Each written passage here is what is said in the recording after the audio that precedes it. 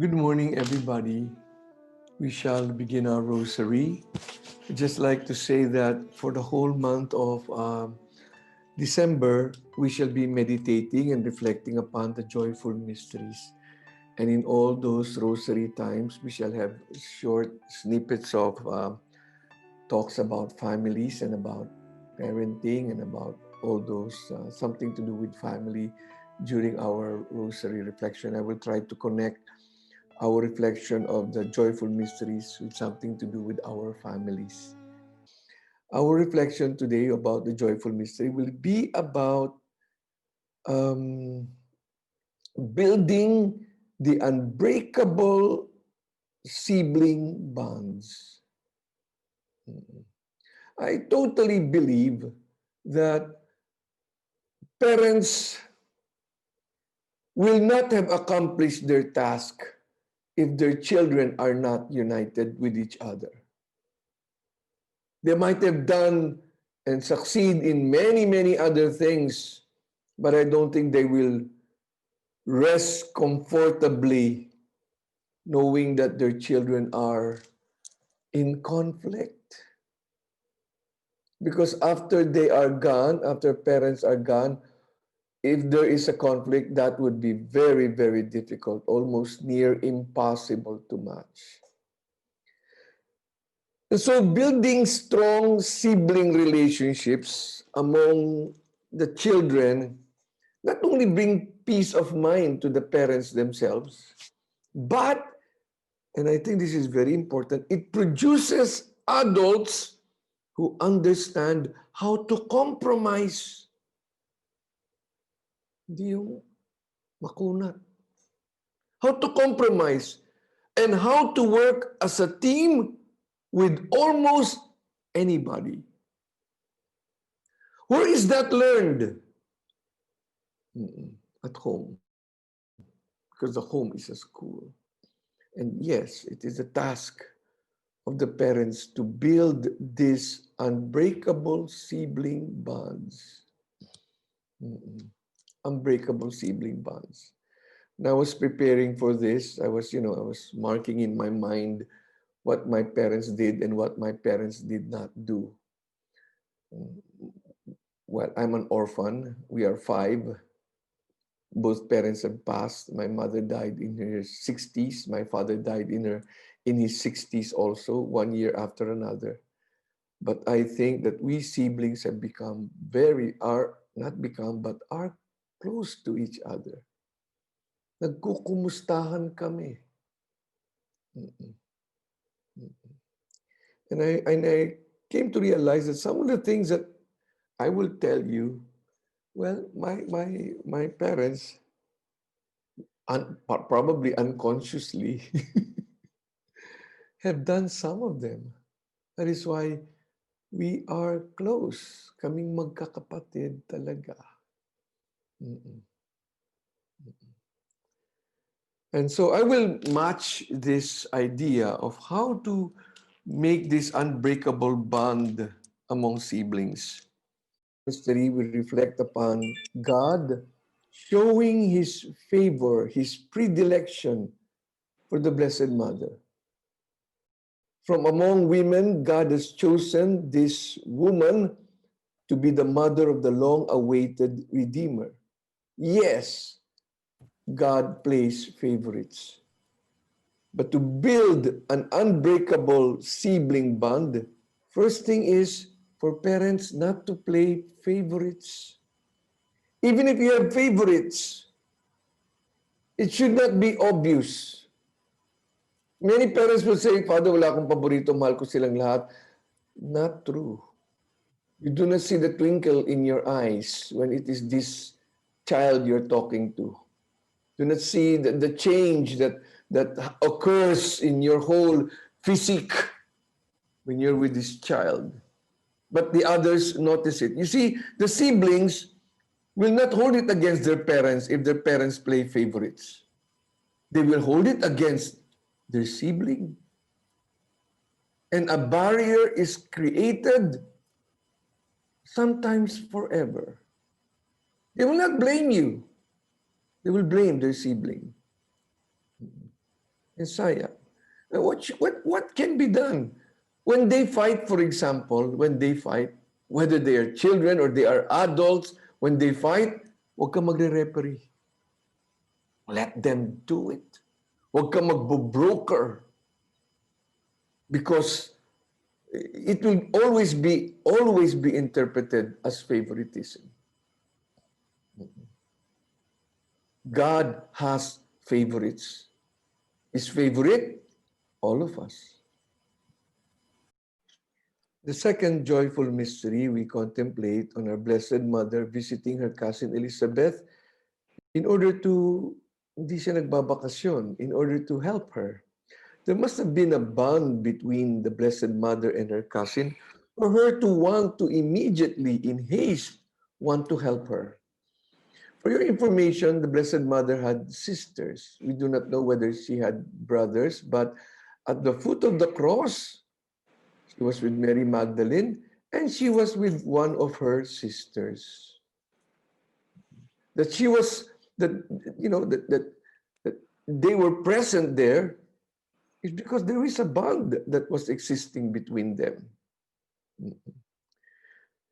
Another way of making this unbreakable bond between siblings is to provide them with shared experiences na sila lang.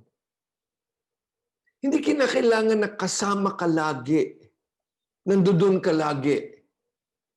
Let them have opportunities of whether it's work or play, push them together. Put them in a situation that they are forced to help each other. Forced to help each other. In that way, whatever differences there are, and there will be differences, they're able to put it aside. Kasi meron silang, for lack of a word, a common enemy. Even if that common enemy is you, even if it's you, they will always be your children. They will always be your children. But what should happen is they should bond together. Ay, sus Maria Josep. How sad it is, mga magkakapatid nagkakablakan. Parang it's unheard of. But it happens. It happens. And what prepares them for these differences that they will have later on is they have a shared experience. A thing to do is to get away, to go. Ang mga anak lang, to get away. So that, without friends, without even their own families, they are able to bond together. So that later on, they'll be able to help each other at spontaneously nagkukumustahan sila. Third joyful mystery, the Blessed Mother gives birth to Jesus Christ, the Son of God, the Savior of the world. This is the dream child of every mother. This is to say he is the Niño Bonito of the Blessed Mother is an understatement. Nobody can match a son like this. I wonder what it would have been like if he had other siblings. Jesus Maria. Paano kaya yun? Sometimes we wonder how, pare-pareho naman ang kinakain nila, pare-pareho naman tinitirhan nila, pare-pareho naman ang trato mo sa kanila, and yet siblings can be so different from each other. You wonder, saan niya nakuha yun? Paano siya naging ganon? They're so different. Because they're different. And we tend to compare. The worst statement that can come, para sa akin, the worst statement that can come from a mother or from a parent, because it has terrible effects is, ba't di ka tumulad sa kuya mo? Oh my goodness gracious me. Tingnan mo nga yung ate mo. Ah, my goodness. We can compare a papaya with a banana. Both of them are good with vitamin C. But they're totally different. It's very painful when their uniqueness is not respected. So, to produce an unbreakable bond between siblings, Do not compare. And in action, it means do not vent about your child to another child. Kuya mo, tamad-tamad. Yung ate mo, burara. Ang tigas ng ulo ng bunsong ito. To another sibling. Because because you're a parent, yun ang isip niya. Malaki na sila, may mga asawa na sila, andun pa rin sa isip niya, burara, tamad, matigas ang ulo. It affects them, your remark. If you need to vent about a child, ay, ang daming iba. You go to your barkada, you go to your spouse, you go to the barangay if you like, but not to another sibling. Because your issue with your burara son is not an issue of the siblings. But your feelings are transferred. Ang problema ng pagiging burara niya ay problema ng mother and son yon. Hindi problema ng brother and sister yon. Hindi problema ng brother and brother yon. Pero yung feeling mo, it's transferred. So, okay to vent, all right to be frustrated, somewhere else. Not with another sibling. The fourth joyful mystery, we reflect upon the Blessed Mother and Saint Joseph presenting the child Jesus into the temple. Another way of producing this unbreakable bond between siblings is for parents to model respect for every child. What does that mean? It means na kahit anak ko lang yan, I say please. I say thank you. I say I'm sorry. At naririnig ng ibang mga anak yon. If I, a parent, is respectful to my child, the message there is, kayong magkakapatid have to be respectful with each other. To be able to say, please, thank you, I'm sorry. I remember this the old man, Judge Puno.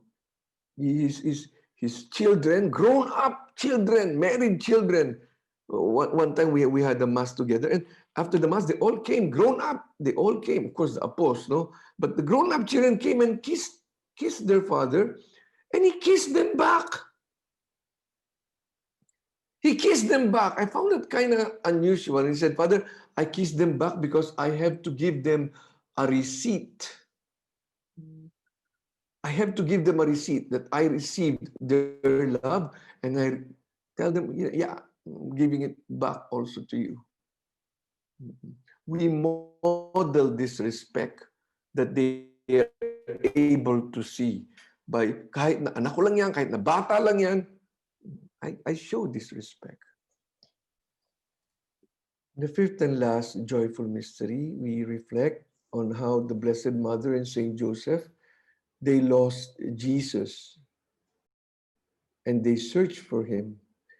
And when they found him, they expressed to him how distressed they were. We do not know what happened after that until Jesus was 30 years old. All those years, we do not know what happened, except that the gospel puts it all in one sentence. He was obedient to them. He went home and was obedient to them. The Son of God, the second person of the Blessed Trinity, was obedient. A way of creating this unbreakable bond between siblings is for parents to provide an environment in which every child can express themselves, can express their emotions, can fight their own demons, can learn good manners, can learn to apologize, can take responsibility. Ay, sos. Some people, they find it so difficult to apologize. Excuse me. Saan galing yun? Saan galing? Sometimes it is all that is needed. And how do we do that? How can we provide this safe and loving environment for every child so that they bond with each other. This is not parenting. This is not parenting. Sabay-sabay tayo sa Boracay, sabay-sabay tayo sa Singapore, sabay-sabay tayo magsimba, sabay-sabay tayong kumain. That is not parenting. That is called herding, you know. Herding, not parenting. Parenting is one-on-one. That is parenting, one-on-one. We don't want to cut corners by, para mas madali, sabay-sabay na lang tayong kumain. You will notice that you all go here and there will always be people who are unhappy. Parenting is one-on-one. Walang ibang tao. We divide the children.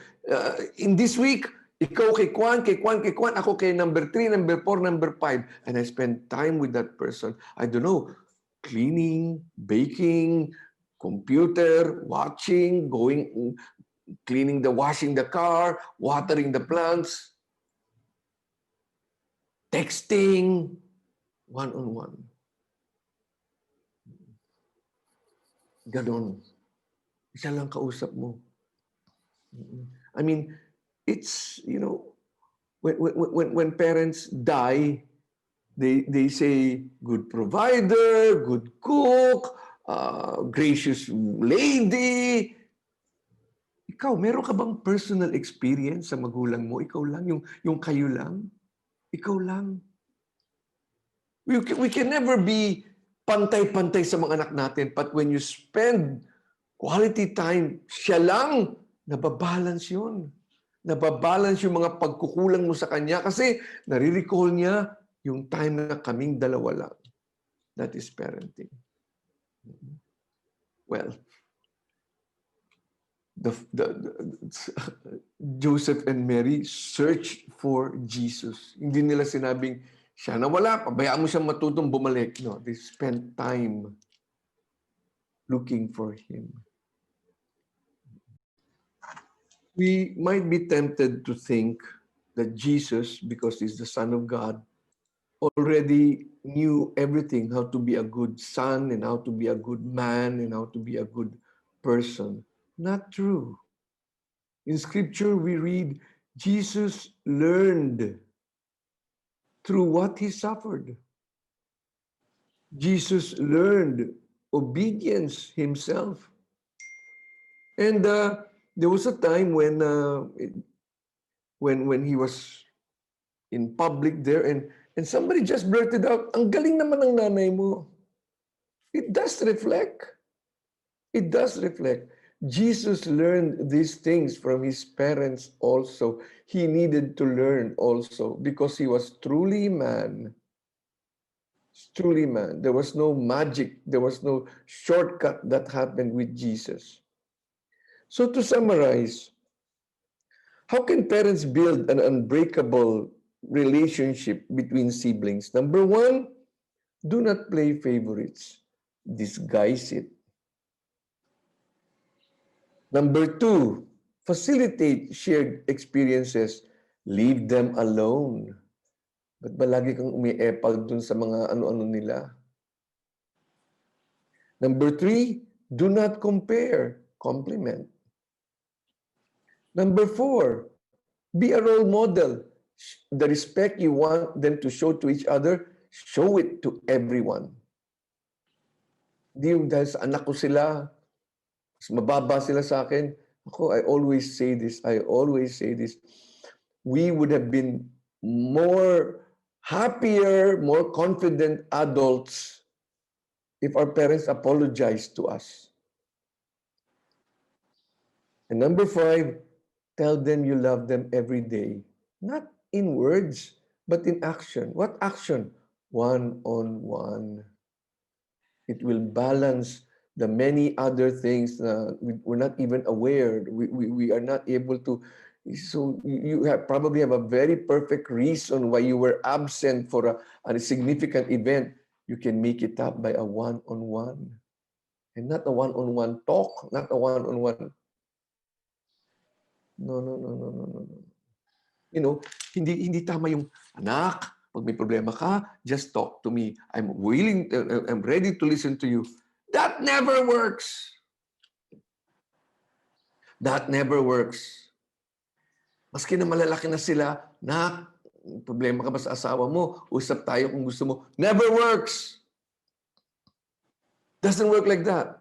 No, he's watching TV, umupo ka sa tabi niya, and then you start a conversation. Invite him for dinner, and then kwento-kwento, and then you start a conversation. Puntahan mo siya sa kanyang tinatrabaho, and start a conversation there. Hindi yung, lapit ka ha? Punta ka sa akin ha? Doesn't work. You know, you cannot say, Father, it's too late. Excuse me, buhay ka pa. Never too late. And nobody else can do this. Only a parent can create this unbreakable bond between your children. Ikaw lang makakagawa nun. Ikaw lang. And the effect of that is you will produce adults who understand what it means to compromise. You will produce adults who will be a team builder with almost anyone and in anything. In short, you equip them to survive in the world. And most especially, what a wonderful thing. You know, psychologists say the most beautiful is not the right word, the most liberating, the most satisfying reconciliation ever is between siblings. Is between siblings. Kahit na gaano kasaya ng pamilya mo, alam mo, hindi kayo nag-uusap ng kapatid mo, it's behind your mind. And it's mabigat. And it's mabigat. There is still time. Do the world a favor.